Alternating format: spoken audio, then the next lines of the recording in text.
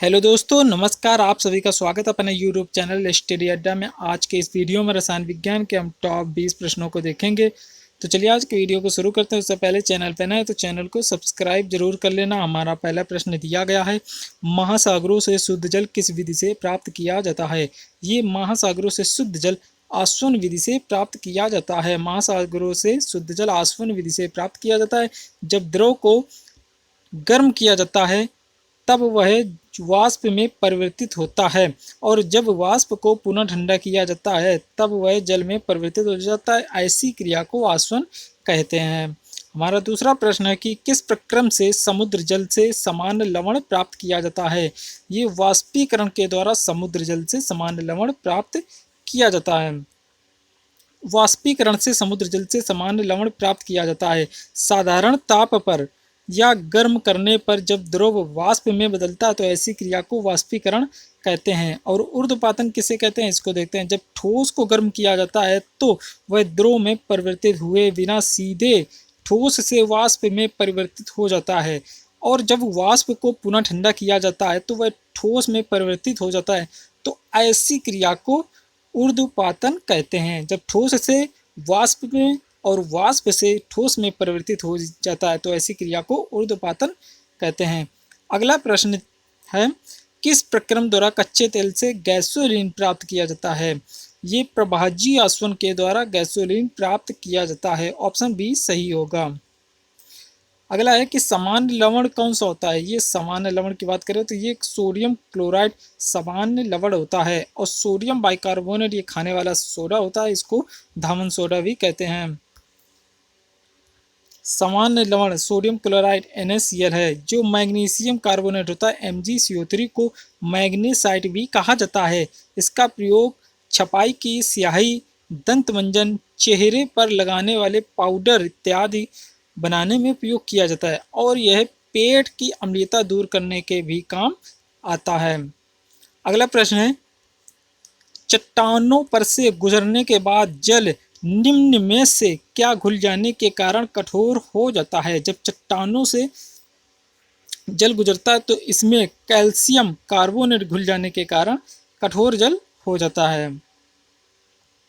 अगला प्रश्न है, बेकिंग सोडा का रासायनिक नाम कौन सा है? बेकिंग सोडा का रासायनिक नाम है सोडियम बाइकार्बोनेट। इसको खाने का सोडा भी कहा जाता है।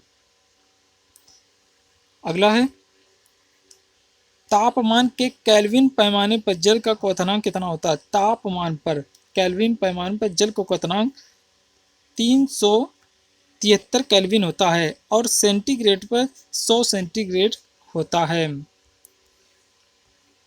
अगला है कि दूध निम्नलिखित का उदाहरण है। दूध ये पायस का उदाहरण होता है, इसको एमल्सन भी कहते हैं। इसके कुछ उदाहरण देख लीजिए। दूध पायस का उदाहरण है वैसे कोलाइड जिसमें प्रक्षेपित कण तथा प्रक्षेपण माध्यम दोनों द्रव हों तो उसको इमल्सन कहलाता है। और वैसा कोलाइड जिसमें विलायक ठोस हो और विलय द्रव हो उसको जेल कहते हैं, जैसे जेली। निलंबन ऐसा घोल जिसमें प्रक्षेपित कणों का आकार 10 की पावर -5 सेंटीमीटर या इससे अधिक होता है, निलंबन कहलाता है। जैसे नदी का जल, हवा में शुद्ध धुआं। अगला प्रश्न है, खाद्य परिरक्षण के रूप में सर्वाधिक प्रयोग में लाया जाने वाला पदार्थ है। खाद्य परिरक्षक के रूप में ये खाद्य पदार्थ बेंजोइक अम्ल का प्रयोग किया जाता है, और ये टार्टरिक अम्ल इमली में पाया जाता है। जैसे कि सोडियम बाइकार्बोनेट ये खाने वाला सोडा होता है, और एसिटिक अम्ल सिरके में पाया जाता है। अगला है कि कपड़ों के रंग का विरंजन करने वाला अभिकर्मक है। ये कपड़ों के रंग का विरंजन करने वाला अभिकर्मक है सल्फर डाइऑक्साइड, जो कपड़ों के रंग का विरंजन कर देता है। सल्फर डाइऑक्साइड के द्वारा कपड़ों के रंग का विरंजन किया जाता है। और सल्फर ट्राइऑक्साइड SO3 यह जल में शीघ्रता से घुलकर यानी सल्फ्यूरिक अम्ल H2SO4 बनाता है।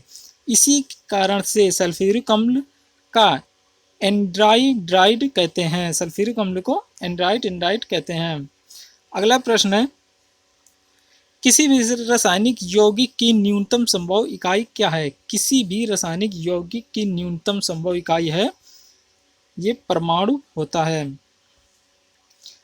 किसी भी रासायनिक यौगिक की न्यूनतम संभव इकाई परमाणु है और किसी पदार्थ का वह सूक्ष्मकण जो स्वतंत्र अवस्था में नहीं रह पाता है किंतु रासायनिक अभिक्रिया में भाग लेता है, उसको परमाणु कहते हैं। अगला प्रश्न है, फोटोग्राफी में काम आने वाला हाइपो का रासायनिक रूप है। फोटोग्राफी में काम आने वाला हाइपो का ये सोडियम थायोसल्फाइड का रासायनिक रूप है। फोटोग्राफी में काम आने वाला हाइपो का रासायनिक नाम सोडियम सल्फेट है। इसका रासायनिक सूत्र होता है Na2H2O3.5H2O। सिल्वर ब्रोमाइड का उपयोग फोटोग्राफी में किया जाता है और सिल्वर नाइट्रेट का उपयोग कपड़ों पर धोबिनों के द्वारा चिन्ह बनाने वाली स्याही में किया जाता है। मतदान के समय मतदाताओं की उंगलियों पर निशान लगाया जाता है। अगला प्रश्न है, वृक्षों के समीप या उनके नीचे रात को नहीं सोना चाहिए क्योंकि वृक्ष रात के समय डैश छोड़ते हैं। ये रात को कार्बन डाइऑक्साइड गैस छोड़ते हैं। हालांकि पौधे भी श्वसन करते हैं और श्वसन में कार्बन डाइऑक्साइड छोड़ते हैं और ऑक्सीजन ग्रहण करते हैं, लेकिन जब प्रकाश संश्लेषण करते हैं सूर्य के प्रकाश से, तब ऑक्सीजन छोड़ते हैं और कार्बन डाइऑक्साइड का प्रयोग करते हैं। अगला प्रश्न है, हिंगुल जिसको सिनेबार भी कहते हैं डैश का अशुद्ध अयस्क है। हिंगुल किसका अयस्क है? ये हिंगुल सिनेबार ये पारे का अयस्क है। हिंगुल पारा का अशुद्ध अयस्क है और तांबे का अयस्क क्यूप्राइट, कॉपर ग्लांस और कॉपर पायराइट हैं और लोहे का अयस्क होता है हेमेटाइट, मैग्नेटाइट, लिमोनाइट, सिडेराइट और आयरन पायराइट होता है। शीशे का जिसको लेड भी कहते हैं का अयस्क है गैलेना। अगला प्रश्न है, वैज्ञानिक उपकरणों में परावैंगनी किरणों को गुजरने के लिए सिलिका का शुद्ध क्रिस्टलीय रूप होता है। ये क्वार्ट्ज कांच का प्रयोग किया जाता है वैज्ञानिक उपकरणों में परावैंगनी किरणों को गुजारने के लिए सिलिका का शुद्ध रूप क्रिस्टलीय रूप क्वार्ट्ज कांच होता है। सोडा कांच को मृदु कांच या सॉफ्ट कांच भी कहा जाता है। पायरेक्स कांच या सोडियम सिलिकेट एवं बोरोसिलिकेट का मिश्रण होता है। इसका प्रयोग थर्मामीटर तथा प्रयोगशाला में प्रयुक्त उपकरण बनाने में किया जाता है। अगला प्रश्न है, कपूर का आसानी से शोधन करने वाला प्रक्रम है। कपूर का आसानी से शोधन करने वाला प्रक्रम है ऊर्ध्वपातन। जैसा कि अभी बताया गया था कि जब ठोस सीधे वाष्प में परिवर्तित हो जाता है और वाष्प को ठंडा करने पर पुनः ठोस में परिवर्तित हो जाता है तो ऐसी क्रिया को ऊर्ध्वपातन कहते हैं। अगला प्रश्न है, हरे फलों को पकाने के लिए काम में लाई जाने वाली गैस है। हरे फलों को पकाने के लिए काम में लाई जाने वाली गैस है एथिलीन गैस है। हरे फलों को पकाने के लिए एथिलीन गैस का प्रयोग किया जाता है। ये पौधों में गैसीय अवस्था में पाया जाता है और फलों को प्राकृतिक रूप से पकाने वाला गैस है ये एथिलीन गैस है। घरेलू प्रयोग में शुद्ध रूप में अथवा मिश्र धातु के रूप में काम में लाई जाने वाली सर्वाधिक सामान्य धातु होती है ये एल्युमिनियम होती है, जो सर्वाधिक सामान्य धातु है, घरेलू उपयोग में लाई जाती है।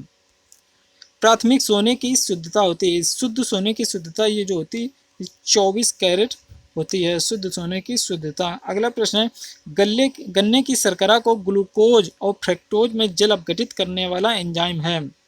गन्ने की शर्करा को ये इन्वर्टेज एंजाइम जो होता है, इन्वर्टेज एंजाइम ये गन्ने की शर्करा को ग्लूकोज और फ्रक्टोज में परिवर्तित कर देता है। चलिए कुछ एग्जाम्पल भी देख लेते हैं।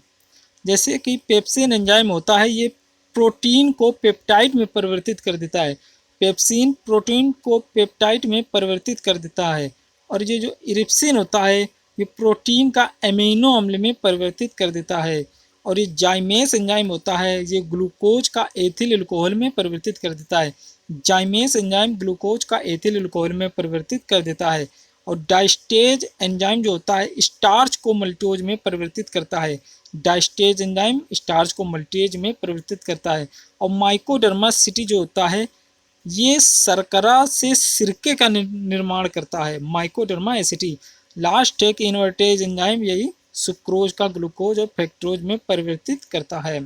आज का हमारा वीडियो यही तक था। वीडियो पूरा देखने के लिए आपका बहुत बहुत धन्यवाद। चैनल पर नए तो चैनल को जरूर सब्सक्राइब कर लेना। मिलते हैं अगले वीडियो में। जय हिंद, जय भारत।